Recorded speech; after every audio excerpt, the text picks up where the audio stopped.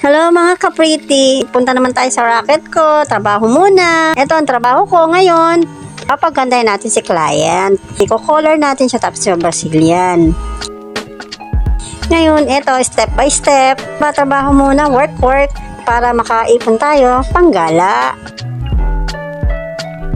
Ito, suklayin muna natin si client. Ayusin natin ang buhok. Taas natin. Lalagyan na natin siya ng pangkulay. Kulayan muna natin siya. Ayan, isa-isa natin, step by step, para magandang resulta. Yan. Yan, ngayon nagyan ko na lahat. Diretso natin para naman pantay-pantay ang kulay. Ngayon, mga ilang minuto, tapos na. Niluglugan ko na. Ngayon, patutuyuin ko na siya. Yan. Okay na, tuyo na siya. Medyo tuyo lang ha, medyo tuyo lang. Ayun, susuklayin na naman natin. Kailangan medyo basa.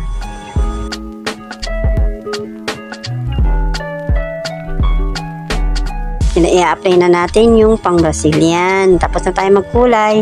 Brazilian naman ngayon. Para naman lalong maging makintab ang buhok niya. Kasi pag kulay lang, parang dry pa rin. Ayan, oh. Hindi naman ako masyadong professional. Okay na to. Basta kung saan doon ako enjoy na maggawa. Kung yun na lang akong gayahin kung ayaw yung ganyang style ko. Yan ang pinaka-easy way ko. Huwag yung pipintasan ha. Pero paglabas naman yan, titingnan natin. Sige, paglabas, after ko yung blower, uli. Kasi, inano ko siya ng 20 minutes. Yan, kailangan medyo tuyo-tuyo ng konti. Patuyuin natin para perfect. Yan, simulan na natin, planchahin. Para tuwid ang buhok niya. Kahit di natin siya nireban, tutuwid pa rin yan. Kahit mga ilang buwan lang, tatagal din ang Brazilian niya. Yan ang dating una kong ginawa sa kanya. Hindi ko pa siya nagagawa. Di ba? Kulot ang buhok niya. Ngayon, eto, after, tining! Di ba? Ang ganda. Ang ganda na ng client ko. Ang ganda ng hair. Lalo na pag humarap yan, mas maganda yan. O, yan na. So, pagawa na kayo.